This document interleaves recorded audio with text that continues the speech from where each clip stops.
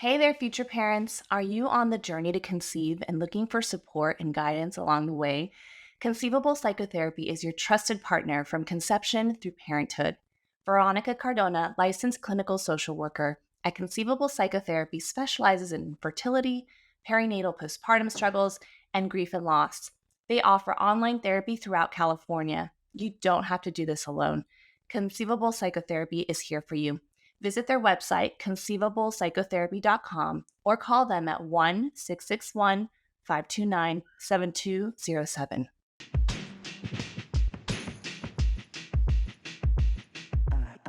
Welcome back, amazing listeners. And here we are together again on another episode of the TeleWellness Hub podcast.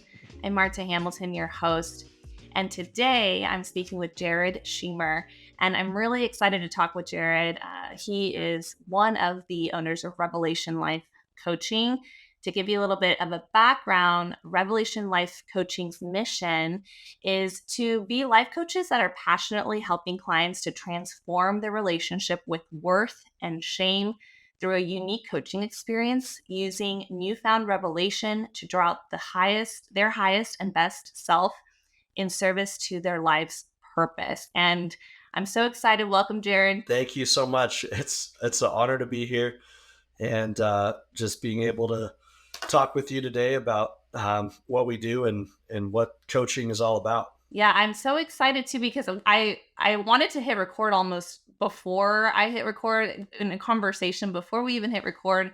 I got to learn a little bit about Revelation Life Coaching. I know that it's available to clients all across the US and it's really unique. I actually reached out to Jared on social media because I saw that it's a husband wife coaching team, and Jared's wife. He was sharing a little bit about this before. Jared's wife is a clinician and he is a coach, so it brings like a really unique dynamic, I think. So I definitely want to dive into that, but before I do, because I'm getting ahead of myself, I wanted to ask you, why do you do the wellness work that you do? Absolutely. Coaching for me it's not a career, it's a calling. I have been in coaching capacities and in coaching relationships for at least the last 5 years, probably before that. And it's not so much as a career for me. Like I said, it is seeing the growth that people have and the potential that they are not using or not using. So coaches are all about finding the strengths and utilizing their strengths and building people up so that they can overcome the obstacles or the patterns that are limiting them in life. So the reason that I am a coach is I didn't do the work. I didn't sign up. I didn't decide it. It was decided for me. I feel so much of a mission pull to this work because people are struggling. I've been coached by some really authentic, incredible coaches that are really fantastic. And there is no number value that you can put to having somebody be in your corner and allow you to grow, give you the confidence, the tools, skills, and strategies that only a coach in that role would be able to give you when you're going through struggles, even victories, celebrating it with someone and achieving even more than what you thought possible. I love that. And I think you brought up something that resonated so much, I think, with the time we're in. There's so much isolation, even though we're connected through technology. Like, this podcast is amazing. Get to connect with you. And Yeah. I connected with you through social media first. But for many, the day-to-day life, like you mentioned, the struggles and the victories, a lot of people go about it alone or they feel disconnected or isolated. So obviously I'm biased too, but I think there's something huge about having someone just really in your corner and just another person on your team genuinely wanting the best for you. Absolutely. And I'm so glad that you brought that up. You're leading me into our mission statement that you shared so beautifully. Shame The byproduct of shame is to be isolated. It's an identity piece that we are not enough, that we are the problem, that we are X, Y, or Z. And it's been conditioned in us. It's an emotion. It's one of the most destructive emotional experiences that we can deal with as human beings. And as human beings, we are centered around connection. It's wired in us. We are pack people. We're tribal people. We have always been that way, and we will always live that way. And so it's really an epidemic right now that we're alone, and the social media, being able to connect us, but also influence how we see ourselves, sometimes in a negative way. So being able to see shame as one of the primary obstacles that most people are having to overcome through loneliness, isolation, lack of fulfillment, those types of things are really dangerous to the human spirit, because what's inside of us is so great and so powerful, and we're limited when we believe things that are not true. You're the first person that's ever said that to me, that shame is a byproduct, or the isolation is a byproduct of that shame, but it makes perfect sense that they're connected, that shame and isolation would be connected. Talk to me a little bit about people who come to you as clients. For listeners, you're right, who are, I mean, there's an epidemic right now. A lot of us feel isolated. So maybe someone listening feels alone, they feel isolated. How does your coaching in the realm, I guess, of when it comes to relationships, uh, how do they see a difference? What kind of challenges do you help them overcome? I love that question, because it's so important to me in my life. You can't be the best coach unless you've gone through something yourself. And so connection has been almost a life mission, a legacy of sorts that I want to leave. Because one of the things that I've found is that we ask a primary question, and I just got back from spending a week with Tony Robbins at one of his conferences, and so I'm fresh and I'm on fire. He has a concept about the primary question, and so we can condition ourselves with this particular primary question, of why, how do I not be alone, or why am I alone, or why am I always alone, or maybe you have a different primary question.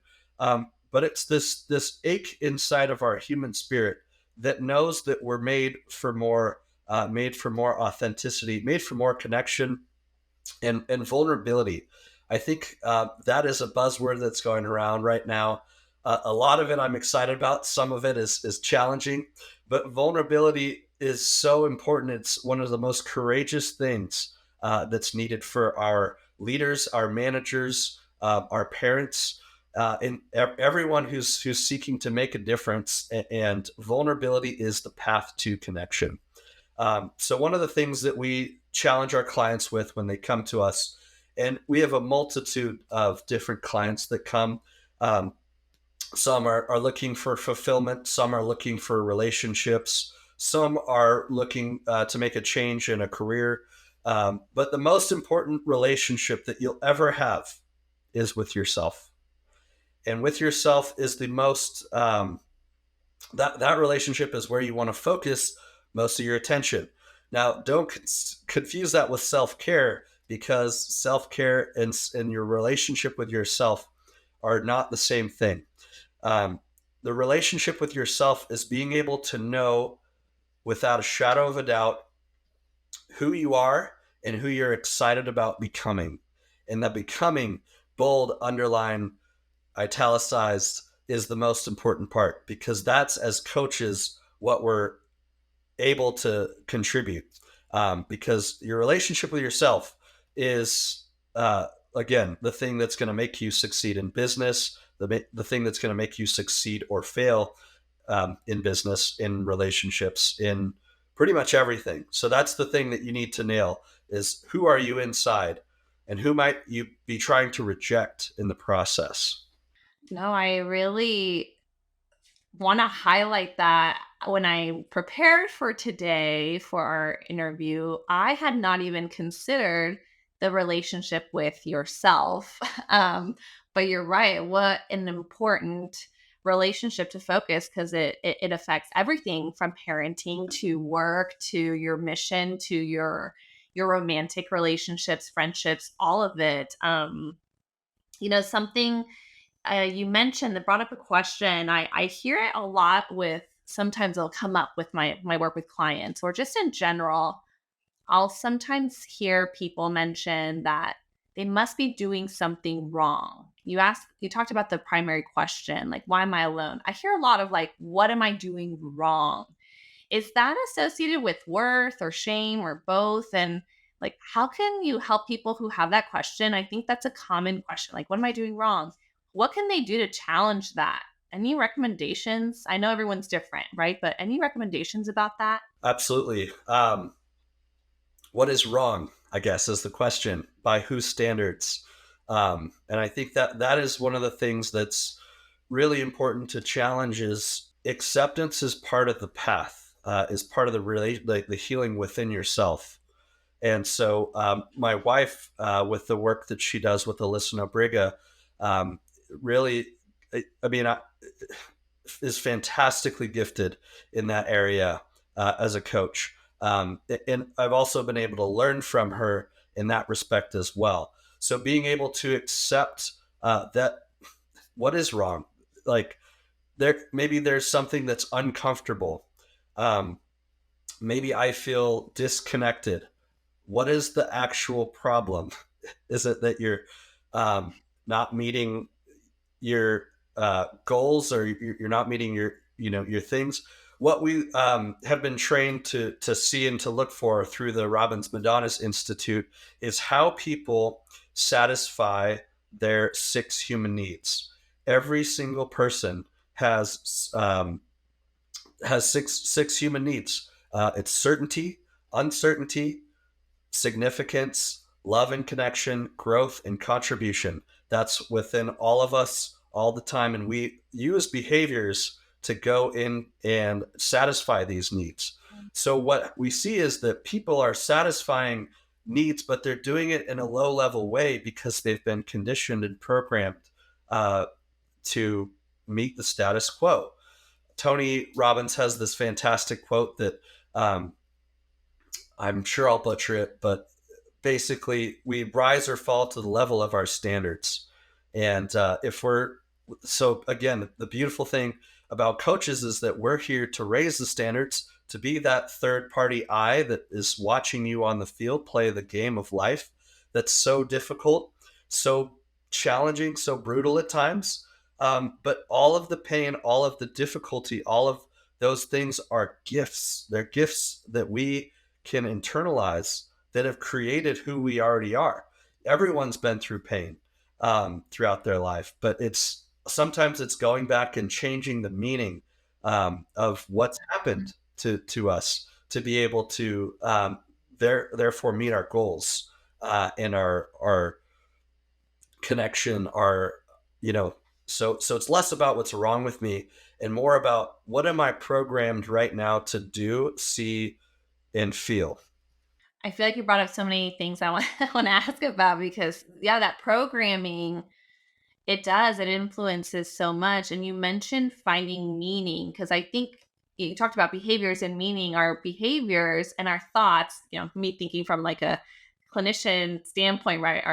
And our behaviors and our thoughts are so closely tied to our belief systems, and what how we find meaning is, and what meanings we attach to things are so closely related. So I'm sure you could see huge shifts when people turn struggles or challenges or even pain to something with meaning that can take the trajectory of their life in a whole different direction. Uh, Yeah. Absolutely. And one of the things that think is so important is the question.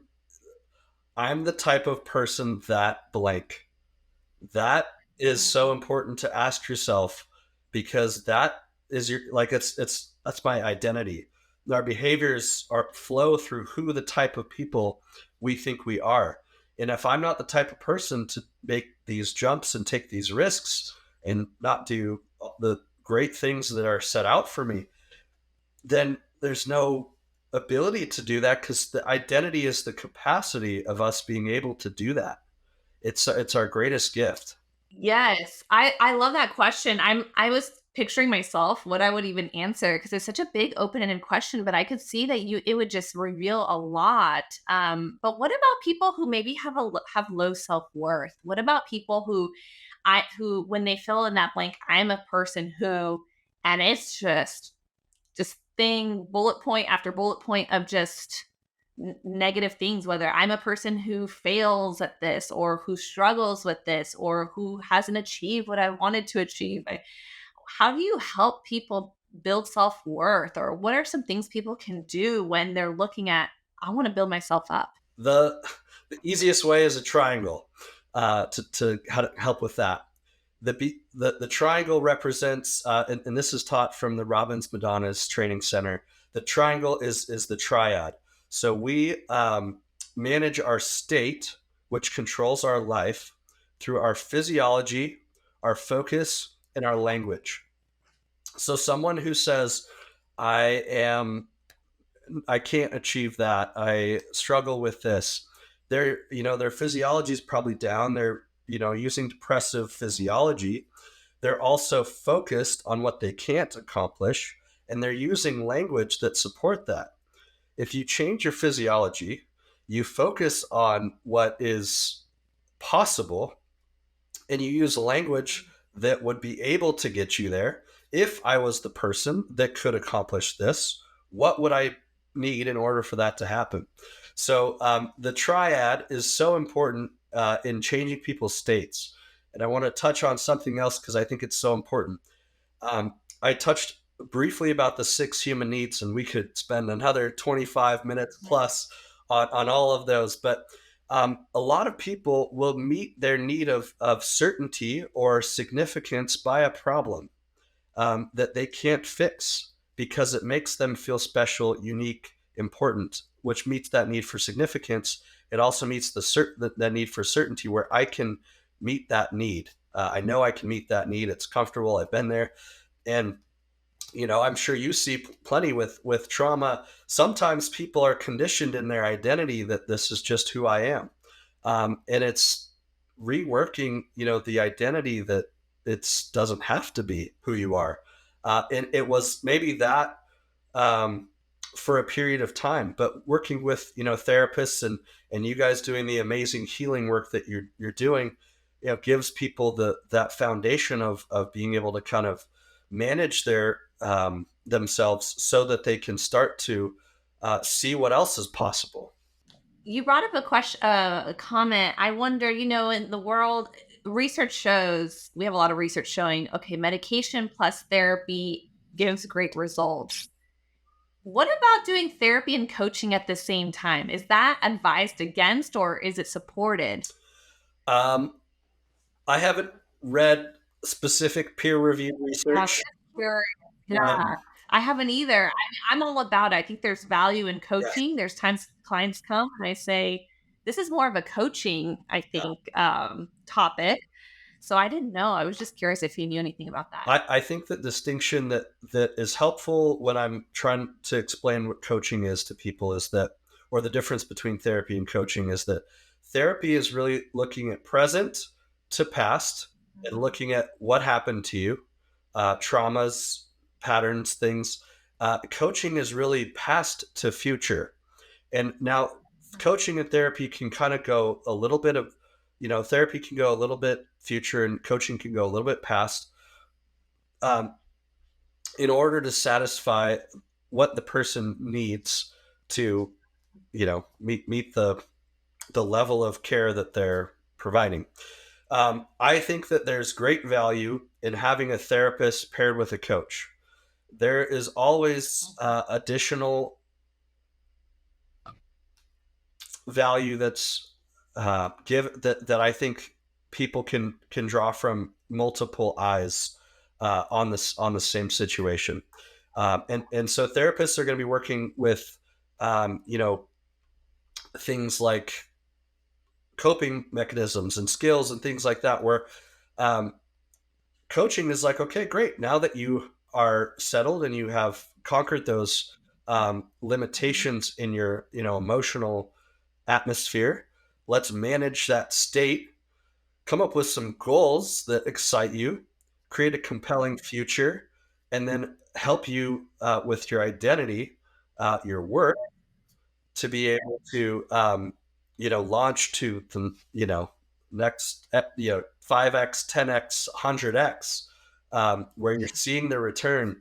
But it's important to like have the therapy that walks you to a place where you're feeling settled and good to go. And then maybe there is some overlap. It's very different for each client. We have a number of clients, some that have been through therapy, some that are currently going through therapy and coaching. And it seems to help them a lot. Yeah, I could see how it would help because I would imagine you're having been someone who's been a client of coaching and a client of therapy. I'm imagining it'd feel good to release and then build, right? Like release, depending on the situation, but right. But release with therapy, like talk about reconstruct, if you will, and then to build, to be future oriented, to find that hope, to see kind of visualize what your ideal situation would be and to work towards that ideal highest goals. And I think you and your wife have a really unique offering in being able to work collaboratively like that. Yeah, no, it's so important to utilize therapy and clinicians to forgive the past. I think forgiveness is kind of forgotten about. It's Mm. not about getting righting wrongs of who's wronged us. It's about letting ourselves be freed of this, being able to shed our stories and now create positive patterns that clinicians help with, so that we can see that, like you said, I mean, what a slingshot. You do have to go backwards to go forwards at times, and it's so important. So yes, absolutely. I like that analogy of a slingshot. I You brought up forgiveness, and I'm imagining forgiveness is so. You're right; it doesn't get talked about as much as compassion, but I feel like a lot of compassion can come from forgiveness, which then the compassion can help with acceptance and vulnerability and all those things that you mentioned as key elements and healing. Yeah, I agree that we could probably do. We'll probably need another to schedule when we stop recording. We'll probably just schedule another one like on the 6 human needs and all the different things. I Oh, actually really do think that, but I love that. yeah, I think yeah, because I wonder. I know we're getting shorter on time, but I'm curious when it comes to then doing this work and looking at shame, looking at self worth, looking at at vulnerability. I guess for the last kind of tidbit of practical tip, could you give maybe some tips for how to create a safe space to allow vulnerability within relationships? Because I think that's the hard time sometimes, like when communicating with a loved one or partner. It doesn't have to necessarily be a romantic relationship, but just how to help create a safe space for someone we love, or even for ourselves. Well, environment is everything. It's the seventh power of human beings. It's really is, and to be able to create that relationship with yourself is first and foremost. To have language around I can be vulnerable, and then just to like honestly, it's the language that we use dictates our behavior in so much. It's so many ways. Um, but being able to rehearse in your head just ways that you have been safe, that you have been accepted, and then what the possible outcomes could be of doing this behavior, because we're focused, when we're trying to meet our certainty need, we're focused on avoiding fear, which is one of the most driving forces of our brain as an organ. But the brain avoids pain and it seeks pleasure. That's its primary focus. And we are not our thoughts. If you think a thought, I guarantee you somebody else has had that thought, and it's not our thoughts. Um, so being able to create an identity around yourself, empowered with language, that is able to, I am somebody who does this. I am somebody that can create lasting relationships. I am somebody that wants to be honest with the deeper truth, in being able to go into those vulnerable places, because vulnerability breeds connection. I love that saying that. I was thinking I am somebody that wants to keep talking about this more because I think that open-ended I am, it just brings up and it kind of directs. It sounds like it could direct because if you're saying I am someone who is working towards being vulnerable and having great communication, and these are the steps I would need Yeah. to do that. I remember you sharing kind of that example before. So really looking at our thoughts and our identity, Yes. it sounds like it's so key. Yeah. I know before we hit record, we started talking about how you have a seminar coming up in January, which by the time this airs, it will be January. And if correct me if I'm wrong, it's for people asking the question, have you given up on relationships? Yes. Can you can you share a little bit about that and how people can connect with you? Absolutely. So we're on Instagram. Primarily, we do have a TikTok account, but Rev Life Coaching on Instagram, REV Life Coaching, is the best way to get a hold of us and stay connected. And our seminar in January is going to be, like you said, have you given up on relationships? The dating epidemic that's going on right now across America with online dating and all these things. So it's really going to touch on that particular event, or that belief, I guess, that is, our relationships even worth it anymore? So, and I think what people will find after going through um, the seminar is that they have a deeper understanding of the true purpose of relationships, the skills and tools that are needed in order to succeed in a relationship, whether you're already in one or not.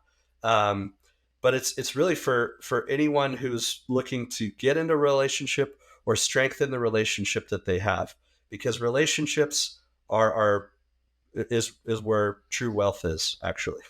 I really love that. I was just recently talking with my friends about how we really just missed a really difficult dating era that we hear about from our younger family members and friends. So I hope anyone listening, go check them out on Instagram because that's a really important topic to talk about. Just recognizing that it's hard out there and Absolutely. um, there is value and worth and a treasure in relationships, like you said. So sounds like it'll be a really good conversation.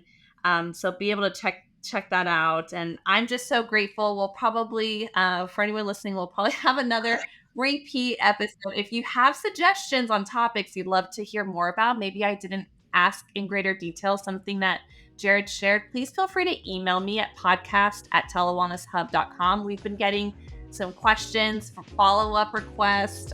So please feel free to reach out. And Jared, thank you so much for being a part of our wellness journey. Marta, thank you. It's been phenomenal. Appreciate the time.